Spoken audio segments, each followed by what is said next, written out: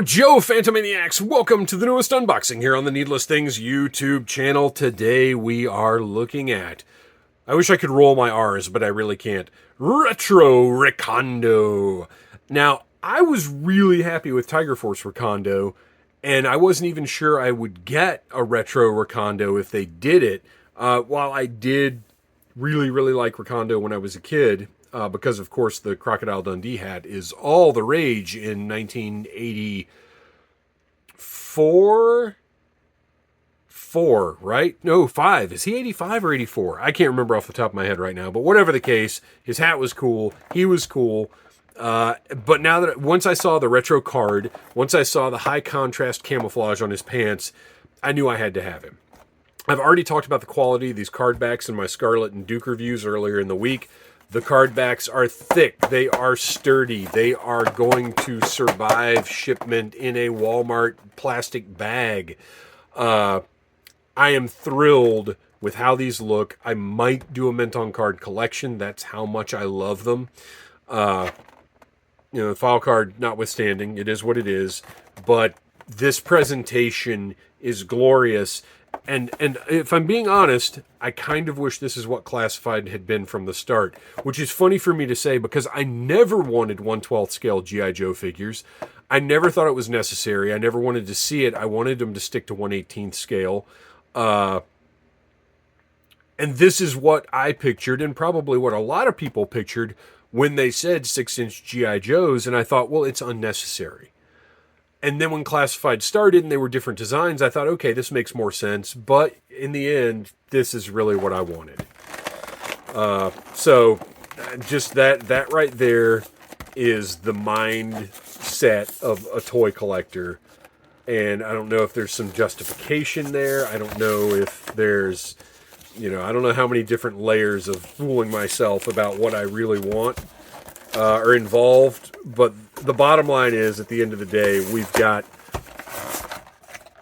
one of the greatest G.I. Joe lines ever made that is currently on the market, that is knocking it out of the park, that has a team of people that care so much about giving us, selling us. I hate when people say giving, about selling us great products that we love.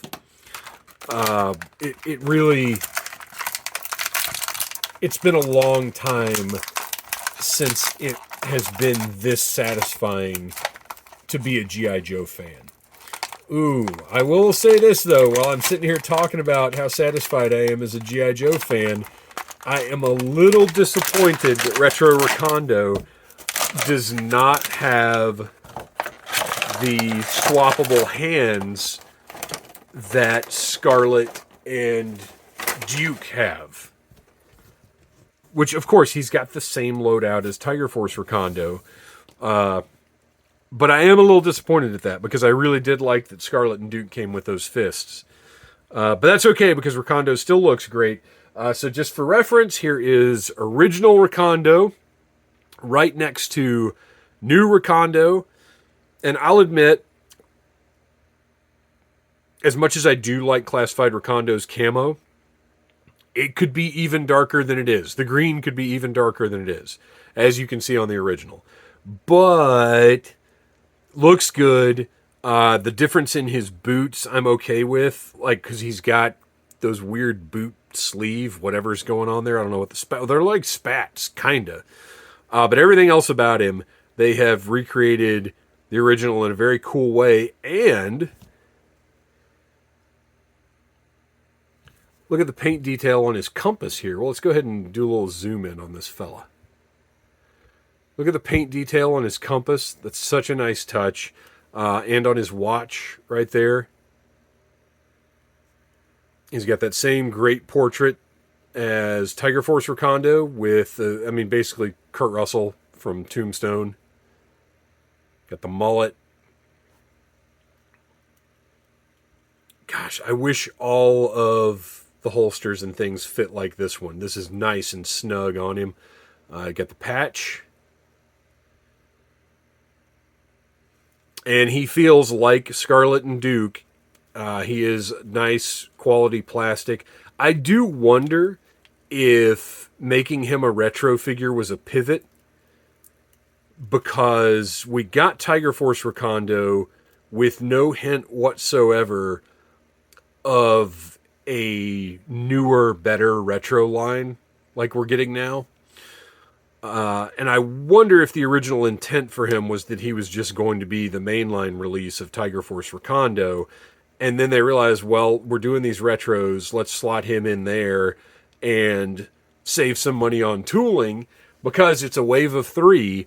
There is no new tooling here whatsoever, whereas Duke and Scarlet are entirely new tooling, I believe.